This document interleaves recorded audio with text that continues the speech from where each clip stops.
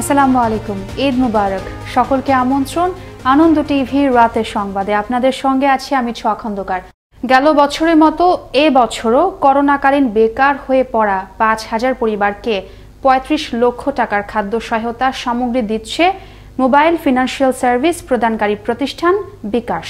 সেনা কল্যাণ সংস্থার তত্ত্বাবধানে ঈদের আগেই দুস্থ পরিবারগুলোর মাঝে পৌঁছে যাবে এই খাদ্য সহায়তা সামগ্রী। বুধবার সেনা কল্যাণ সংস্থার প্রধান কার্যালয়ে প্রতিষ্ঠানটির director general air commodore Mohammad মঈনুদ্দিনের হাতে সহায়তার এই খাদ্য সামগ্রী তুলে দেন বিকাশের চিফ নির্বাহী অফিসার কামাল কাদির। এ সময় উপস্থিত ছিলেন সেনা কল্যাণ সংস্থার director general commodore Mahmud Hossain সহ বিকাশের ঊর্ধ্বতন কর্মকর্তাবৃন্দ। রাত পোহালেই পবিত্র ঈদ উল ফিতর। ঈদকে কেন্দ্র করে বৃহস্পতিবার শেষ দিনেও দক্ষিণবঙ্গের ২১টি জেলার জনস্রোত অব্যাহত থাকে মুন্সিগঞ্জের শিমুলিয়া ঘাটে। বিধিনিষেধ উপেক্ষা করে সকাল থেকেই ঘাটে এসে জড়ো হয় হাজার হাজার যাত্রী। পণ্যবাহী পরিবহনের পাশাপাশি বেড়েছে ব্যক্তিগত যানবাহনের সংখ্যা। শিমুলিয়া ঘাটে প্রবেশমুখের বিভিন্ন পয়েন্টে দায়িত্ব পালন করে পুলিশ ও বিজিবি। এদিকে যাত্রী আর যানবাহন পারাপারে শিমুলিয়া বাংলা বাজার নৌরুটে বর্তমানে ১৬টি ফেরি সচল রয়েছে বলে জানায় বিআরডব্লিউটিসি কর্তৃপক্ষ। এদিকে বৃহস্পতিবার ঢাকা পাটুরিয়া মহাসড়কে ছিল না কোনো যানবাহনের চাপ, ফেরিঘাটেও ছিল না কোনো যাত্রীর চাপ। স্বাভাবিক থাকে ফেরি পারাপার। বৃহস্পতিবার সকাল থেকে এমন দৃশ্য পাটুরিয়া আরিচা ফেরিঘাটের। যাত্রীদের চাপ না থাকলেও নির্দেশনা অনুযায়ী ১৭টি ফেরি সবগুলোই চালু রাখা হয় বলে জানান বিআরডব্লিউটিসির আরিচা আঞ্চলিক কার্যালয়ের উপমহাব্যবস্থাপক জিল্লুর রহমান। বৃহস্পতিবার দুপুরে র্যাব ১২-র একটি আভিযানিক দল বগুড়ার নাউদাপাড়া এলাকায় অভিযান চালিয়ে ১০০ বোতল ফেন্সিডিল সহ এক মাদক ব্যবসায়ীকে গ্রেফতার করে। এ সময় জব্দ করা হয় মাদক পরিবহনের কাজে ব্যবহৃত একটি প্রাইভেট কার। আটককৃত মাদক ব্যবসায়ী দেশের বিভিন্ন স্থানে মাদকদ্রব্য সরবরাহ করে আসছিল বলে এক প্রেস ব্রিফিংয়ে জানায় র্যাব ১২। পটুয়াখালীর কলাপাড়ায় সৌদি আরবের সাথে মিল রেখে বৃহস্পতিবার ১৩টি গ্রামে উদযাপিত হল পবিত্র ঈদ উল ফিতর। বৃহস্পতিবার সকাল ৮টায় কলাপাড়ার ধানখালী শাহ সুফি মমতাজিয়া দরবার শরীফে ঈদের প্রথম জামাত অনুষ্ঠিত হয়।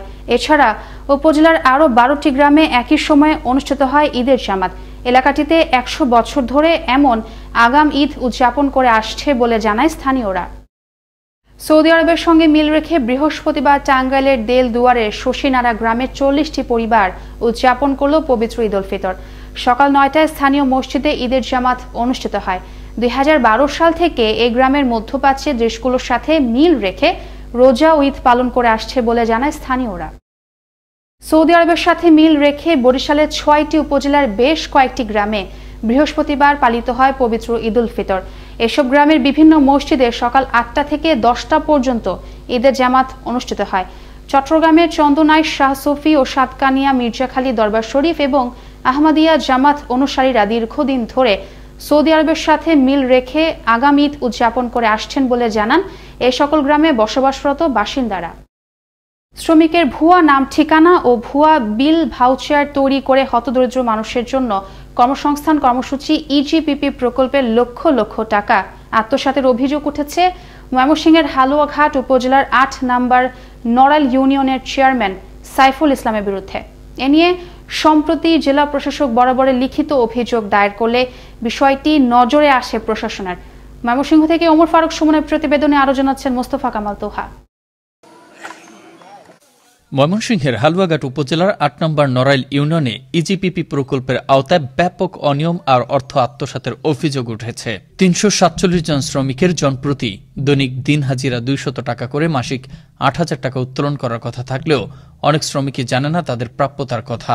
শুধু তাই নয়, হতদরিদ্র তালিকা যাদের নাম রয়েছে তাদের অধিকাংশই নিরীহ গারো সম্প্রদায়ের। গারোদের সরলতার সুযোগ নিয়ে কতিপয় অসাধু কর্মকর্তার যোগসাজশে গেল ৫ বছর ধরে চলছে এ অনিয়ম, যার তদন্তপূর্বক শাস্তির দাবি ক্ষতিগ্রস্ত হতদরিদ্রদের। হয়তো কে বা কারা এই টাকাটা উদ্ধার করছে বা এই টাকাটা কে ব্যাংকে থেকে নিয়ে আসে, আমাদের বিষয়ে কে জানি চেক কাটলো, কে জানি ব্যাংকে অ্যাকাউন্ট করলো, এটা আমরা জানি না। ওইখানে দেখলাম আমার মার নাম আছে। আসলে আমার মা কোন সময় মাটি কাটে নাই, তারপরে আমার মার মাটি কাটার প্রয়োজন পড়ে না, কিন্তু মা ওইখানে মার নামটা দেখলাম, লিস্টটা দেখলাম, এটা আসলে অত্যন্ত দুঃখজনক। আসলে এইগুলা যে করা হয়েছে এগুলো আমরা জানি না, আমাদেরকে জানানো হয় নাই, আমরা কোনো স্বাক্ষর দেই নাই। ব্যাংকে যে এই কাজটা করলো, ভুয়া কাজ করলো, আসলে এগুলো তো ঠিক না। প্রতারণার শিকার ক্ষতিগ্রস্ত উপকারভোগীদের পক্ষে ময়মনসিংহ জেলা প্রশাসক বরাবরে লিখিত অভিযোগ দায়ের করা হয় বলে জানান এই নেতা। মাননীয় ডিসি বরাবর এবং বিভিন্ন দপ্তরে আমি এই কমপ্লেন করছি। যারা যে লেবার তারাই জানে না যে এই কর্মসূচি তারা লেবার। এদিকে উপকারভোগীদের তালিকা অনুযায়ী যথাযথ নিয়ম মেনেই টাকা বিতরণ করা হয় বলে জানান এই কর্মকর্তা। উপকারভোগীদের আপনার তাদের যে ইন্ডিভিজুয়াল সঞ্চয় হিসাব আছে তার মাধ্যমে বিতরণ করা হয়। তবে অভিযোগ ভিত্তিহীন ও উদ্দেশ্য প্রণোদিত বলে মন্তব্য করলেন অভিযুক্ত এ জনপ্রতিনিধি। আমার বিরুদ্ধে যে অভিযোগ দিয়েছে এগুলো আসলে উদ্দেশ্য প্রণোদিত, এই অভিযোগের কোনো ভিত্তি নেই। এদিকে অভিযোগের ভিত্তিতে তদন্ত করে ব্যবস্থা গ্রহণের কথা জানান এ কর্মকর্তা।